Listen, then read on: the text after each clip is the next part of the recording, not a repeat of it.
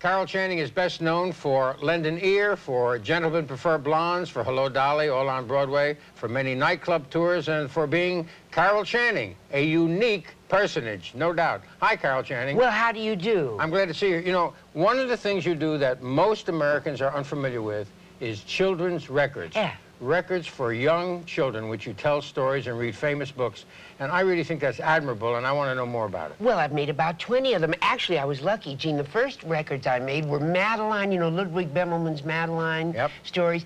And that was when our boy, he's now 6'4", but when our boy was little, it was before he went to school, preschool age, and he used to turn the pages. Ludwig Bemelman's does his own paintings and drawings in the book, and he'd listen to his mother on the record. And it's a classic, see, that's where I was lucky. In a small house in Paris that was covered with vines. And lived 12 little girls and two straight lines. That's how it begins. It's a very famous story. That was read to you when you were a little boy? I was precocious. I read it myself. I see. This is supposed to be before school. Well, Chan was about 2 1/2, and so he's sitting there, he's turning these pages and listening to his mother, and he thinks, oh, those hieroglyphics and those 12 little girls, that's what that's saying. And by the time he got to school, he could read. Kids love to listen as well as to look. Because when they listen to a record of yours, they hear the voices, and then they have to imagine what the character looks like if they don't have the book in front of them. You know, I used to like that, too. Imagination is far greater than anything you see, isn't it? You're doing Winnie the Pooh, too. I'm right in the middle of it. We're recording it right now. I've done 3 Winnie the Poohs, and I'm doing the 4th one now. And do you know, the fun of doing that is that I get to do all the characters, Gene. You do different voices? I do all of them. I mean, as I'm reading it, I get to do them all. And so, you see, as you start out, now, for instance, Eeyore, the donkey. Do you know Eeyore? Eeyore's the most pessimistic person. I mean, everything is certain disaster. So I thought, well, who is Eeyore? So then I realized it's got to be Jimmy Nederlander. Now, Jimmy Nederlander is the man who owns more theaters. I have to explain to the friends of Gene Shalit that he is the man who owns as many theaters as the Schuberts the world over. If you don't know who the Schuberts are, there are 2 people who own theaters, Schuberts, Nederlanders. Jimmy Nederlander owns them. So he's the one, for always, whenever I talk to him, I own 19 theaters on Broadway. I'm not making a nickel profit, see? That's Jimmy. So I thought, that's Eeyore, if ever. So then of course, there's always Christopher Robin, this little boy whose actual name is Christopher Robin Milne. A. Milne wrote Winnie the Pooh. He's the author. And he wrote for his little boy, preschool age. Right. And of course, then his first and favorite pet is Winnie the Pooh, who is, if you can imagine, he's an Anglo-Saxon Gene Shalit. Uh-oh, he's in trouble. Yeah. He's a bear.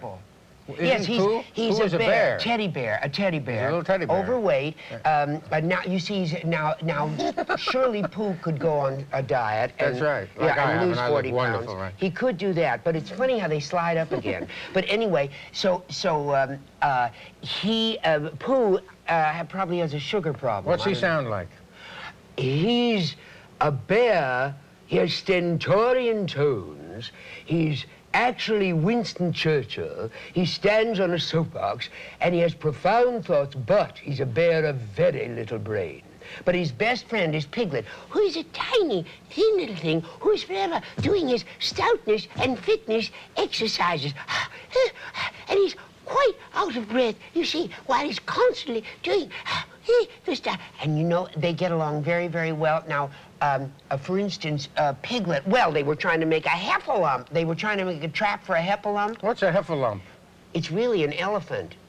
But, you see, Christopher Robin Milne called it a heffalump, so his father went right on calling it a heffalump so as not to embarrass the boy. I have to tell you how successful these are. You have gotten a gold record from Cadman Records for doing this. We have a shot of this.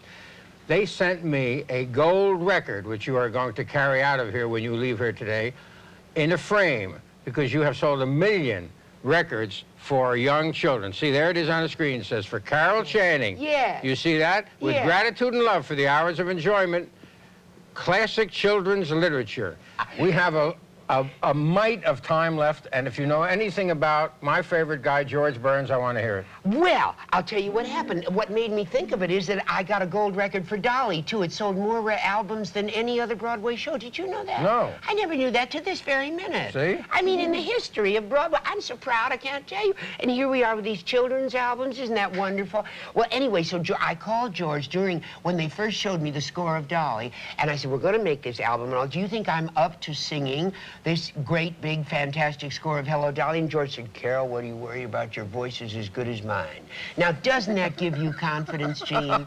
He sent me in there. Carol Channing, thank you very much. Thank you for everything you are doing for children, for their parents, and for everybody that loves you. And you?